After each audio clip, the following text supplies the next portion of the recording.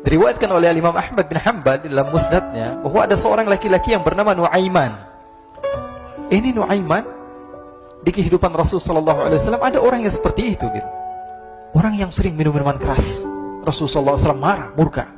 Rasulullah kalau yang berhubungan dengan Rasulullah tidak marah. Tapi kalau sudah berhubungan dengan agama, Rasulullah SAW adalah orang yang paling marah, orang yang paling istiqamah dalam kebenaran.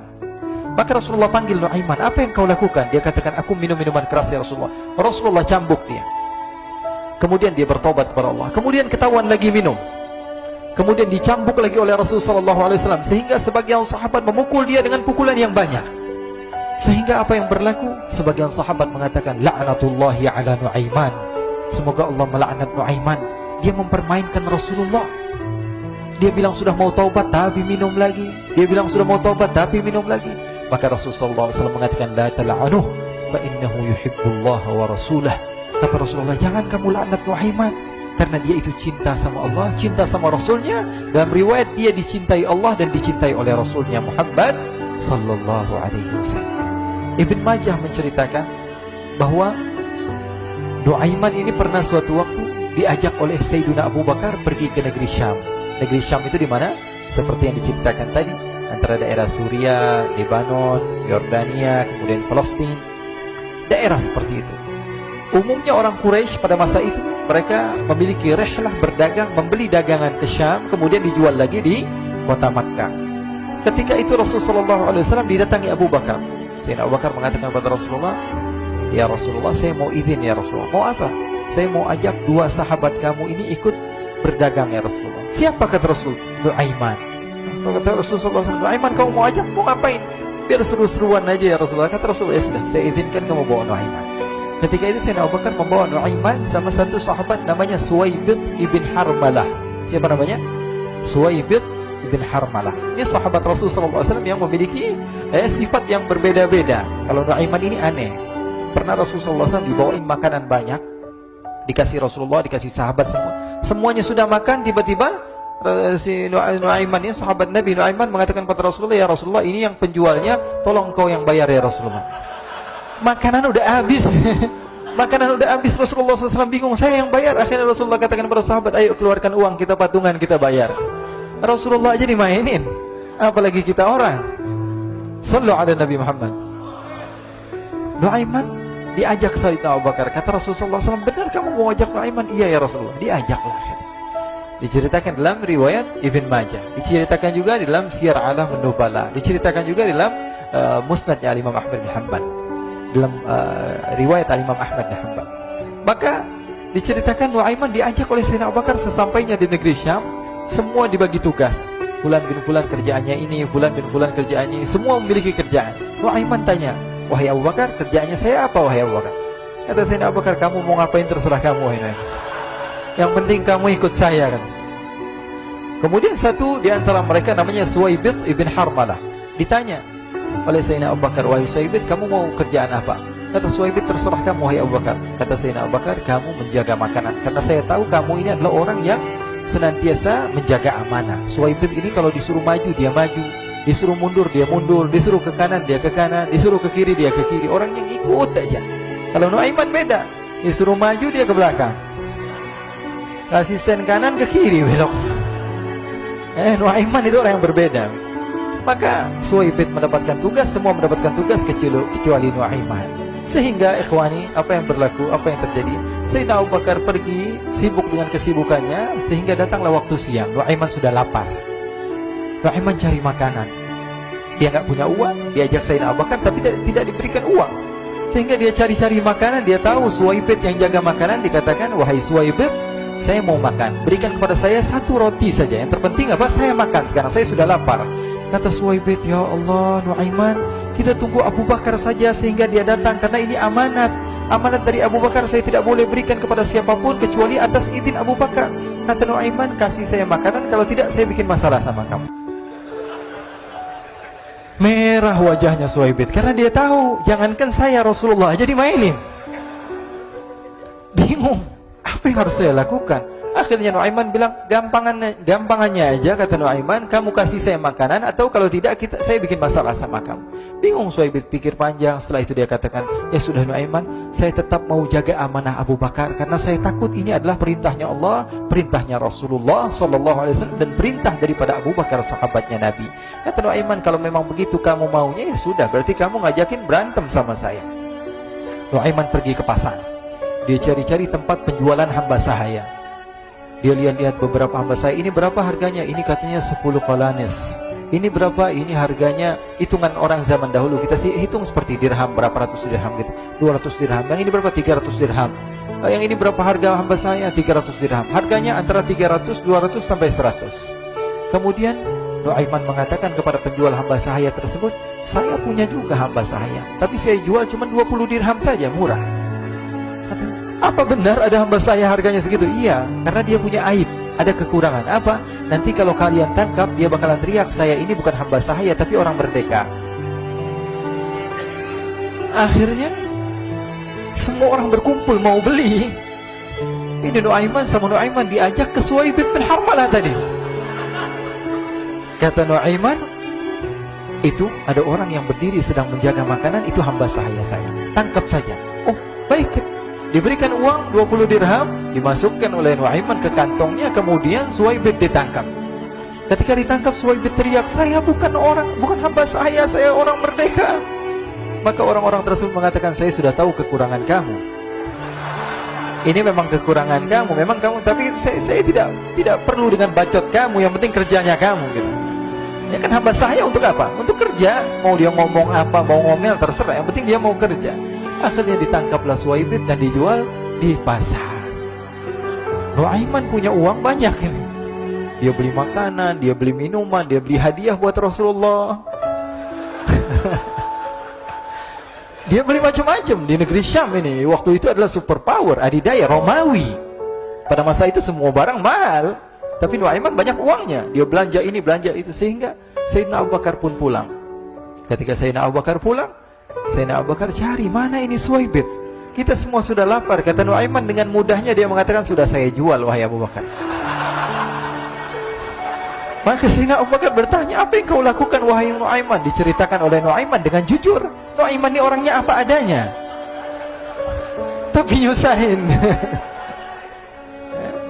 Saya jual. Akhirnya dibawa oleh Nuaiman, Sayyidina Abu Bakar pergi ke mana? Ke pasar, lalu dibeli lagi oleh Sayyidina Abu Bakar As-Siddiq. Suhaib yang tadinya orang merdeka menjadi hamba sahaya sebentar, kemudian dibeli lagi oleh Sayyidina Abu Bakar. Pulang ke Madinah, kisah ini diceritakan di hadapan Rasulullah SAW. Maka perawi mengatakan, fadhahikan nabiyyu hatta badat nawajiduhu. Ketika diceritakan kisah Nuaiman tersebut dengan Suhaib, Rasulullah tertawa sejadi-jadinya, sehingga gigi geraham Rasulullah SAW nampak di wajah mata para sahabat. Sehingga perawi lain mengatakan, 1 tahun berlalu Rasulullah, setiap ada tamu yang datang pada Rasulullah, Rasulullah akan ceritakan kisah Nuaiman menjual Suhaib tersebut. Jadi ada ikhwani, jangan kalian kira Rasulullah SAW itu hidup di satu masa sahabat-sahabatnya itu seperti ustaz-ustaz yang khusyuk, yang kayak Habib bin Anis ini banyak. Bahkan ikhwani, pernah suatu waktu Rasulullah SAW didatangi asyraf, delegasi dari beberapa negara yang ingin mengenal apa itu agama Islam. Sehingga mereka datang ke rumah Rasulullah SAW membawa unta, kendaraan yang ketika itu kendaraan yang paling mahal mereka miliki, itu untanya yang paling mewah.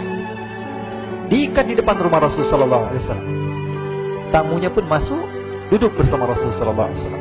Di depan rumah Rasulullah SAW ada beberapa sahabat. Ada Sayyidina Hamzah. Kalian tahu Sayyidina Hamzah adalah orang yang pemberani. Ada Sayyidina Umar. Kalian tahu Sayyidina Umar adalah orang yang pemberani. Ada Sayyidina Ali bin Abi Thalib. Ada Sayyidina Sa'ad bin Abi Waqqas. 4 sahabat ini lagi nongkrong gitu depan rumahnya Rasulullah SAW, berjaga sebelum Allah Subhanahu wa ta'ala turunkan ayat wallahu ya'simuka minan nas. Ketika mereka sedang asyik duduk, tiba-tiba Nuaiman datang. Ini Nuaiman kalau datang pasti bikin sesuatu yang aneh. Bahkan dikatakan tidaklah Rasulullah SAW dalam keadaan bersedih, kecuali Nuaiman datang Rasulullah akan tersenyum. Jadi sebagian sahabat itu senang kalau sudah Nuaiman datang, pasti Rasulullah bahagia. Tapi ketika itu Nuaiman datang, ingin duduk bareng-bareng Sayyidina Hamzah. Sayyidina Hamzah katakan kepada Nuaiman, bercanda begitu. Nuaiman, kamu lihat unta orang datang dari luar Arab ini. Lihat, kata Nuaiman, ini besar banget ini, badannya besar gitu. Dagingnya pasti banyak. Iya nih, kalau kita sate enak nih ntar malam. Kata Nuaiman. Kata Sayyidina Hamzah, apakah kamu berani? Kata Nuaiman, saya berani aja asal kalian gak bilang sama Rasulullah. Kata Sayyidina Hamzah, benar wahai Nuaiman, benar kan? Akhirnya Sayyidina Hamzah lupa masalah itu, cuma bercanda-bercanda saja. Sayyidina Hamzah lagi asik sama Sayyidina Umar, Sayyidina Ali. Tiba-tiba apa? Ternyata ketika dia melihat unta tersebut sudah pisah antara kepala sama badannya. Nuaiman mengatakan, wahai Hamzah, ini unta saya sudah potong, saya mau pergi sebentar. Kalau Rasulullah cari saya, tolong jangan beritahu di mana saya. Nanti kalau keadaan sudah aman, mari kita nyate bareng-barengan. Dia ada yang seperti itu di zaman Rasulullah SAW. Maka dia pun berlari dan berlari mencari satu tempat supaya Rasulullah SAW dia selamat daripada Rasulullah SAW. Sehingga Sayyidina Hamzah bingung, ini kalau Rasulullah keluar gimana? Ada Hamzah Asadullah, ada Ali bin Abi Thalib, ada Umar, gak bisa jaga kendaraannya, tamunya Rasulullah Sallallahu Alaihi Wasallam. Akhirnya benar apa yang terjadi, ikhwani. Rasulullah SAW tamunya mau pulang. Ketika dia buka pintu, tamu melihat apa? Untanya sudah begitu. Mereka teriak, wa naqatah, unta kami wahai Muhammad. Baru mau kenal Islam, unta kami, kendaraan kami sudah dibuang. Rasulullah SAW lihat Sayyidina Hamzah, lihat Sayyidina Ali. Mereka gak bisa ngomong, mereka hanya bilang apa? Nuaiman ya Rasulullah. Rasulullah perintahkan Sayyidina Umar, wahai Umar, sekarang kamu ambil uang, kemudian kamu gantikan, kemudian kamu berikan 2 kali lipat daripada harta unta ini, sehingga apa? Agama Islam tidak didengar dengan sesuatu yang tidak baik di luar sana. Akhirnya diberikan harta, diberikan unta yang baru dan diberikan harta yang lebih untuk orang tersebut, sehingga orang tersebut tidak menjelek-jelekan agama Islam. Kata Rasulullah SAW, dan sekarang waktunya kita balas dendam sama Nuaiman. Nuaiman ternyata berlari tempat yang jauh sampai hampir keluar dari kota Madinah. Dia dapatkan seorang sahabat Nabi yang hadir juga dalam peperangan Badar, namanya Al-Miqdad bin Al-Aswad. Siapa namanya? Al-Miqdad bin Al-Aswad ketika itu sedang menggali sumur. Ketika sedang menggali sumur, Nuaiman datang. Nuaiman katakan kepada Miqdad, wahai Miqdad, wahai sahabat Rasul, kamu orang yang hadir dalam peperangan Badar, kamu adalah orang yang hebat. Dipuji-puji sama Nuaiman. Ada maunya ini. Akhirnya dia bilang, wahai Miqdad, tolong saya. Kenapa wahai Nuaiman? Kamu ini kekasihnya Rasulullah, orang yang disayang sama Rasulullah. Kenapa? Saya ini sedang dikejar-kejar orang jahat. Tolong selamatkan saya. Saya pengen masuk ke dalam sumur, boleh atau tidak? Kata Miqdad, siapa yang mengejar kamu? Pokoknya saya dikejar sama orang-orang. Kamu mau atau tidak selamatkan saya? Ya sudah, selagi kamu itu adalah sahabat Nabi, silahkan kamu masuk. Masuk akhirnya Nuaiman ke dalam sumur tersebut. Lalu Nuaiman mengatakan, wahai Miqdad, dia keluar lagi. Nanti kalau ada yang cari saya, tolong jangan beritahu saya di dalam sumur ya. Kata Miqdad, baiklah. Kata Nuaiman, siapapun yang bertanya tentang saya, kamu tidak akan kasih tahu. Iya, kata. Walaupun Rasulullah yang tanya saya. Katanya, enggak mungkin Rasulullah datang ke tempat sejauh ini. Iya, walaupun Rasulullah. Akhirnya masuk Nuaiman. Setelah beberapa menit, Rasulullah dan rombongan benar datang. Miqdad bingung ini kenapa Rasulullah datang ke RW kami ini? Ada apa yang Rasulullah sampai sejauh ini? Ditanya, ya Rasulullah, ada apa ya Rasulullah? Kata Rasulullah, saya cari Nuaiman. Di mana Nuaiman? Innalillah, kata Miqdad. Nggak dijawab ini Rasulullah. Kalau dijawab saya ingkar janji. Akhirnya apa dia katakan? Wahai Rasulullah, mata saya tidak memandang kepada Nuaiman, tapi tangannya nunjuk ke dalam sumur. Sahabat. Apa dia bilang? Mata saya tidak melihat kepada Nuaiman, tapi tangannya nunjuk ke sumur. Akhirnya dibuka sama Rasulullah, Nuaiman muncul. Kata Rasulullah, Nuaiman, kamu bikin malu saya, wahai Nuaiman.